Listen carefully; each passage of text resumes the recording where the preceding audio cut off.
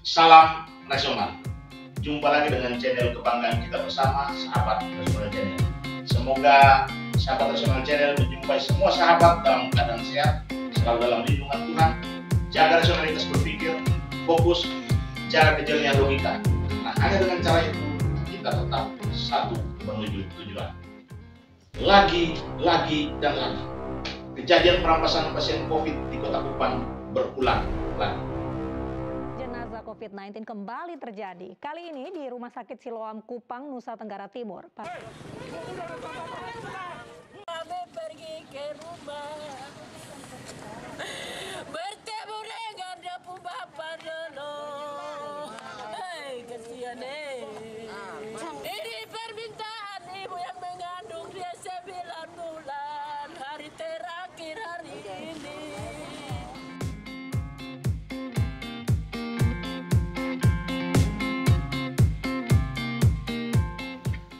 Apa dan bagaimana penyebab kasus ini kembali terjadi?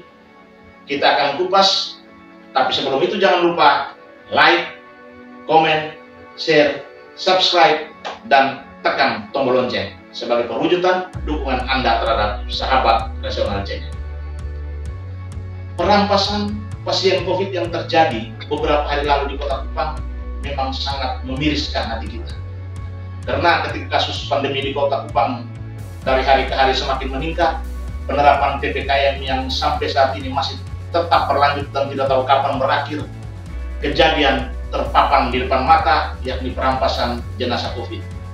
Kalau kita lihat dari runutan peristiwa bahwa kejadian itu bermula dari sebuah kecelakaan lalu lintas tunggal.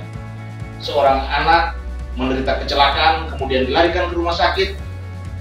Dalam perjalanan sampai di rumah sakit, korban tidak tertolong dan dinyatakan meninggal. Ada dua penjelasan yang sebenarnya saling bertentangan. Pernyataan rumah sakit pertama mengizinkan jenazah dibawa pulang dengan vonis korban meninggal karena laka lantas. Tetapi dalam beberapa waktu kemudian vonis ini berubah. Korban dinyatakan meninggal karena COVID.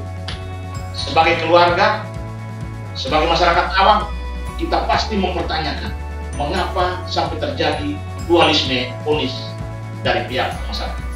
Pertanyaan ini tentu tidak mengada-ada. Pertanyaan ini sangat lumrah dan wajar.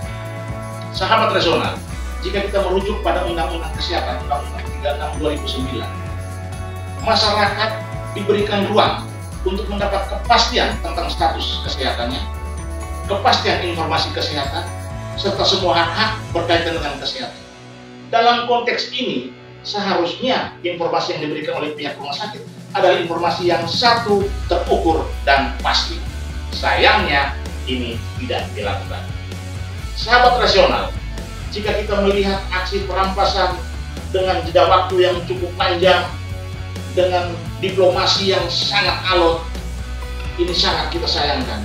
Kita boleh bersyukur bahwa akhirnya keluarga bersedia menerima untuk proses pemakaman, proses pemusalaran jenazah secara protokol kesehatan. Kita bersyukur bahwa dialog ini memberikan hasil. Tapi yang menjadi catatan kita bersama adalah, yang pertama, pihak rumah sakit harus memberikan penjelasan terkait perubahan vonis COVID dimaksud. Yang pertama, jika pasien masuk, seperti yang kami jelaskan pada tayangan kami kedua beberapa waktu lalu, bahwa pasien masuk dengan vonis penyakit A, didiagnosa menderita penyakit A, tapi ketika meninggal, dia divonis COVID. Kasus yang sama terjadi kemarin. Ketika pasien masuk dengan kasus laka lantas, meninggal karena COVID, maka yang menjadi pertanyaan kita adalah, apakah rumah sakit tidak dalam kondisi steril sehingga semua orang yang masuk dengan diagnosa A kemudian bisa meninggal karena COVID? Ataukah para nakes tidak dalam kondisi steril sehingga bisa menyebabkan pasien dalam kondisi lemah imun terpapar? Ataukah alat-alat kesehatannya tidak dalam kondisi steril? Tiga hal ini menjadi pertanyaan yang harus dijawab tuntas, karena hanya dengan menjawab tiga pertanyaan ini masyarakat mendapat kepastian.